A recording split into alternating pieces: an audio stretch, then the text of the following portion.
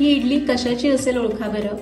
यामध्ये ना आपण तांदूळ वापरलेत, ना तांदळाचं पीठ वापरलंय, ना इडली रवा वापरलाय, ना सोडा वापरलाय, ना इनो वापरलाय. डायबेटीस असल्यावरही खाता येईल अशी पीठ अमून केलेली इडली. तर आज आपण ज्वारी आणि उडदाच्या डाळीची इडली करतोय. कुठेही सोडा इनो न वापरता पारंपरिक पद्धतीने पीठ अमून केलेली इडली. आणि कोणाला कळणारही नाही की ही ज्वारीपासून केली. तुमची मुलं जर ज्वारी खात नसतील तर हा एकदम सोपा उपाय. मुलं परत परत मागून खातील, इतकी चवीला चांगली लागते. रेसिपी तर एकदम सोपी आहे. चला करूयात. नमस्कार, सरिताज किचनमध्ये आज आपण इडली करतोय. आता तुम्ही डाळ तांदळाची इडली खाल्ली असेल, तांदळाचा रवा म्हणजे रवा इडली खाल्ली असेल जी हॉटेल्समध्ये मिळते. त्याचसोबत तुम्ही आपल्या गव्हाच्या रव्याची इडली खाल्ली असेल. इडलीचे बरेच प्रकार खाल्ले असतील, पण तुम्ही कधी ज्वारीची इडली खाल्ली आहे का? तर आज आपण ज्वारीची इडली करतोय. तिथे आपण सोडा वापरला नाही, इनो वापरलेला नाहीये, इन्स्टंट इडली नाहीये, तर छान पीठ फर्मेंट करून आपण ही इडली करतोय. त्यामुळे पौष्टिक नक्कीच आहे. तर 4 वर्षांपूर्वी मी हा व्हिडिओ ऑलरेडी तुम्हाला दाखवला होता. पण आत्ता मागच्या आठवड्यामध्ये ज्यावेळी मी रवा इडली व्हिडिओ पोस्ट केला त्यावेळी बऱ्याच कमेंट्स आल्या की ताई आम्हाला तांदळाचा वापर न करता डायबेटिक फ्रेंडली इडली दाखवा. म्हटलं चला परत एकदा ज्वारीची इडली रेसिपी तुमच्यासोबत शेअर करूयात. तर अचानकच मनुबाई पण स्टुडिओमध्ये आलेल्या आहेत आणि असंच चालू झालं आमचं शूट. तर ती किती वेळ बसणार आहे माहिती नाही. आपण सुरुवात करूयात. तर यासाठी आपल्याला लागणार आहे 1 कप उडदाची डाळ आणि त्यामध्ये आपल्याला लागतील पाव चमचा मेथी दाणे. त्याचबरोबर आपण घेतली आहे 3 कप ज्वारी, म्हणजे 1 कप उडदाची डाळ, त्यासाठी आपल्याला लागणार आहे 3 कप ज्वारी. आता हे दोन्हीही आपण स्वच्छ धुवून घेऊ. तर डाळ आणि ज्वारी आपण स्वच्छ धुतली. आता डाळ लगेच भिजली जाते, त्यामुळं मी साध्या पाण्यातच भिजायला ठेवते. पण ज्वारी भिजायला मात्र जास्त वेळ लागतो, त्यामुळं मी याला कोमट पाण्यामध्ये भिजू घालणार आहे.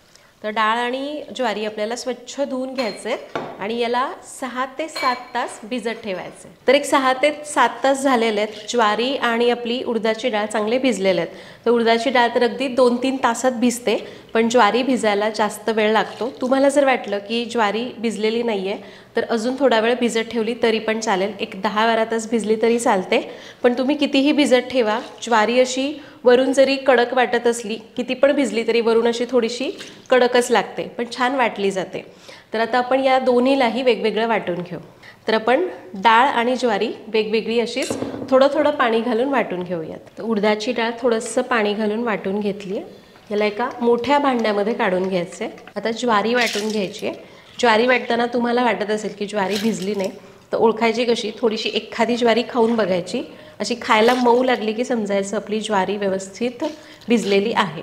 याच्यापेक्षा जास्त पण भिजवली तरी चालते, पण मग इडली खूप जास्त आंबट होणार. आता यालाही थोडंसं पाणी घालून बारीक वाटून घेऊ. तर हे बघा आपली ज्वारी वाटून झाली आहे आणि तुम्ही बघू शकता ज्वारी छान वाटली गेलेली आहे.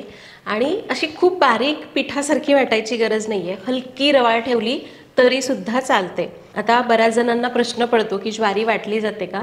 तर हो, 7 ते 8 तास भिजवलेली ज्वारी व्यवस्थित मिक्सरमध्ये वाटली जाते. आता ज्वारीची शेवटची बॅच किंवा ज्वारी वाटतानाच इथं मी 1 कपभर आपले साधे मुरमुरे असतात ना भेळीसाठीचे, ते मुरमुरे घालते. त्याच्यासोबतच मी थोडीशी ज्वारी घालते किंवा हे मुरमुरे तुम्ही डाळीसोबत वाटून घेतले तरी चालतील. आणि परत थोडंसं पाणी घालायचं आणि याला वाटून घ्यायचं. तर मुरमुरे घालण्याचं कारण म्हणजे काय होतं, याच्यामध्ये आपण ज्वारी वापरतोय ज्याच्यामध्ये कोंडा खूप जास्त प्रमाणामध्ये असतो. मग त्यामुळं असं छान मऊपणा यावा त्या इडलीला, म्हणून यामध्ये मी मुरमुरे घातलेत. नाही घातले तरीसुद्धा चालतील किंवा तुम्ही साळीच्या लाह्या वापरल्या तरीसुद्धा चालणार आहेत. तर डाळ आणि ज्वारी आपण चांगलं वाटून घेतलं आहे. आता याला हाताने चांगलं एकजीव करायचं आहे. कुठल्याही प्रकारची इडली डोशाचं बॅटर करा, त्याच्यासाठी हाताने एकजीव करणं खूप महत्त्वाचं आहे.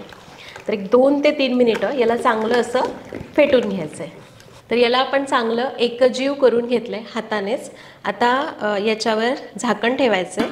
कुठलंही बॅटर फर्मेंटेशनसाठी ठेवताना असं एअरटाईट झाकण ठेवायचं नाही. हवा खेळतील राहील, म्हणजे अगदी खूप मोकळं नाही पण व्यवस्थित बसेल, पण असं खूप एअरटाईट नाही. असं साधंवर हलकं झाकण ठेवायचं आणि याला रात्रभर फर्मेंटेशनसाठी ठेवून द्यायचं. आता थंडीचे दिवस आहेत, त्यामुळं इडलीचं पीठ डोशाचं पीठ फर्मेंट होत नाही. त्यासाठी माझ्याकडून एक छोटीशी टीप. इथं मी तवा गरम करून घेतला आहे हा तवा असाच ठेवायचा, खूप कडकडीत गरम करायचा नाही, थोडासा गरम करून घ्यायचा. यावर आपल्याला हे भांडं ठेवायचं आहे आणि खालून तर त्याला हीट मिळतेच आहे, वरूनसुद्धा कॉटनच्या एखाद्या कपड्याने झाकून ठेवायचं. किंवा तुम्ही हे भांडं असंच्या असं बंद अव्हनमध्ये रात्रभर ठेवलं तरीसुद्धा त्याला चांगली ऊब मिळते. पण तुमच्याकडे अव्हनच नाही आहे तर अशा पद्धतीने तुम्ही याला थोडंसं उबदार ठेवू शकता, जेणेकरून पीठ चांगलं अंबलं जाईल. तर याला आपण आता रात्रभर असंच ठेवून देऊ. तर दुसऱ्या दिवशी सकाळी याला चेक करूयात, पीठ चांगलं फर्मेंट झालं आहे. याच्यावरचं कापड मी काढून टाकलं कारण ज्वारी लवकर आंबते, ओव्हर फर्मेंट व्हायला नको म्हणून. आणि हे बघा, पीठ मस्त फर्मेंट झालेलं आहे. तुम्हाला हे बघून कळत असेल की पीठ किती फुगलेलं आहे आणि एकदम हलकं फुलकं झालं आहे. आता याला आपण थोडंसं हलवून घ्यायचं आहे, खूप जास्त एकदम फेटायचं नाही, हलवून घ्यायचं. आता याच्यातलं जेवढं पाहिजे तेवढं पीठ एका बोलमध्ये काढू, त्यामध्ये मीठ घालूयात आणि इडल्या करून घेऊ. तर जेवढं लागणार आहे तेवढं पीठ मी एका बोलमध्ये काढलं आहे. यामध्ये चवीनुसार मीठ घालायचं. उरलेलं पीठ तुम्ही जर फ्रीजमध्ये ठेवलं तर 3 ते 4 दिवसापर्यंत वापरू शकता. तरीसुद्धा फार जास्त दिवस ठेवू नका, 1-2 दिवसामध्ये संपवून टाका. तर याला चांगलं मिक्स करायचं आहे. आता इडलीच्या साच्याला मी तेल लावून ग्रीस करून घेतलं आहे. यामध्ये आपल्याला हे पीठ भरूया आणि याची कन्सिस्टन्सी बघा अशी पाहिजे, जशी आपली नेहमीची इडली असते ना त्याची जशी असते तशीच कन्सिस्टन्सी आपल्याला याची ठेवायची. तर इथे आपण सगळे साचे भरून घेतले. आता हा साचा लावून घ्यायचा.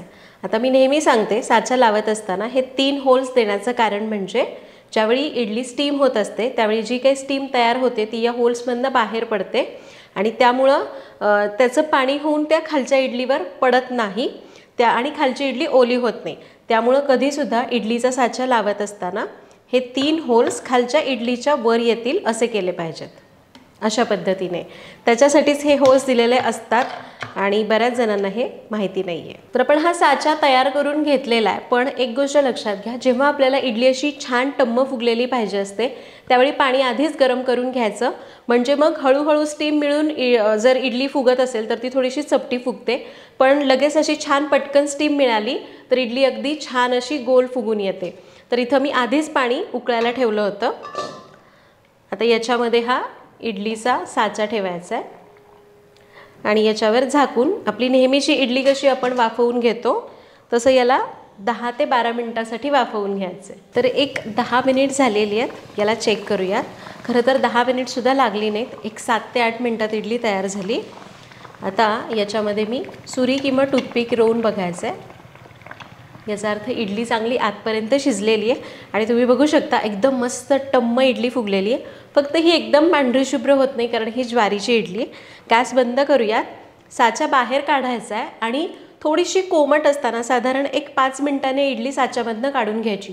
खूप थंड होऊन देऊ नका, जर अगदीच थंड झाली तर याच्या कडा चिकटून बसतात, मग ती कोणतीही इडली असो, आणि मग इडलीचे कडा तुटून निघतात किंवा मग ते भांडंसुद्धा असं वाळल्यासारखं होतं आणि मग साफ करता येत नाही. तर याला एक बाहेर काढूयात आणि 5 मिनिटांनी इडली काढून घेऊ. तर हे बघा, इडली आता थोडी कोमट झाली आहे. आता याच्या कडा मोकळ्या करून काढून घ्यायची. तर हे बघा, अगदी छान आतमध्ये जाळी सुटलेली इडली तयार झाली आहे. हे बघा काय सुंदर इडली तयार झालेली आहे, छान फुगलेली सुद्धा आहे आणि अगदी मस्त तयार होते. अजिबात असं उलटं माहिती आहे का, तांदळाच्या पेक्षा ज्वारीचं पीठ लवकर फर्मेंट होतं, त्यामुळं थंडीमध्ये जर करायचं असेल तर हा एक उत्तम पर्याय आहे. तर सगळ्या इडल्या आपण अशाच काढून घेऊ. आता बऱ्याचदा समजा इडली कडेला चिकटून बसते आणि त्याच्यामुळं निघत नसेल तर सिम्पली काय करायचं, चमचा घ्यायचा, पाण्यामध्ये बुडवायचा आणि फक्त असं मोकळं करायचं. काय होतं, कडेनी कधी कधी इडली चिकटून बसते, पाण्यामध्ये बुडवलं की थोड्याशा ओलाव्यामुळं ती ओलसर होते आणि सुटून येते आणि अगदी साच्याला जराही काही न चिकटता आपल्याला काढता येते. तर आपल्या सगळ्या इडल्या झालेल्या आहेत आणि तुम्हाला इथून याचं टेक्स्चर कळतच असेल, काय मस्त जाळीदार अशा इडल्या तयार झालेल्या आहेत आणि एकसुद्धा इडली चिकटलेली नाही, अगदी व्यवस्थित इडल्या तयार झाल्यात. परफेक्ट. तर आता ही इडली तुम्हाला तोडून दाखवते, याचं टेक्स्चर तुम्हाला असंही कळतच असेल, मस्त झालेली आहे, फक्त पांढरी नाही आहे जशी पाहिजे तशी. आणि हे बघा किती सुंदर इडली झाली आहे. बऱ्याच जणांना वाटत असेल की आतून चिकट होते की काय, पण असं अजिबात होत नाही. एकदम लुसलुशीत अशी मस्त इडली तयार झाली आहे, ती पण ज्वारीपासून. तर बघितलं, इडली एकदम सॉफ्ट होते. कुठेही तांदळाचा वापर केलेला नाही आहे, बेसन वगैरे असं काहीही वापरलं नाही, रवा वापरलेला नाही आहे. त्यामुळं डायबेटिक फ्रेंडली ज्वारीची इडली तयार झाली आहे, सोडा किंवा इनो न वापरता. त्यामुळं तुम्ही जर डायबेटिक असाल आणि तुम्हाला जर इडली खायची आहे पण तांदळाची आहे म्हणून खाता येत नसेल, तर ही रेसिपी नक्की ट्राय करा. किंवा ज्वारीची भाकरी जर नको वाटत असेल तर अशा पद्धतीने सुद्धा तुम्ही ज्वारी खाऊ शकता. आणि मुख्य म्हणजे तळणं वगैरे काही नाही, हेल्दियर आहे, फक्त आपण वाफवून केलेला पदार्थ आहे, त्यामुळे नक्कीच उत्तम आहे. करून बघा ही रेसिपी, मला कमेंट्समध्ये सांगा की ती कशी वाटली. पुन्हा भेटूया तशाच एका नवीन व्हिडिओमध्ये. तोपर्यंत धन्यवाद.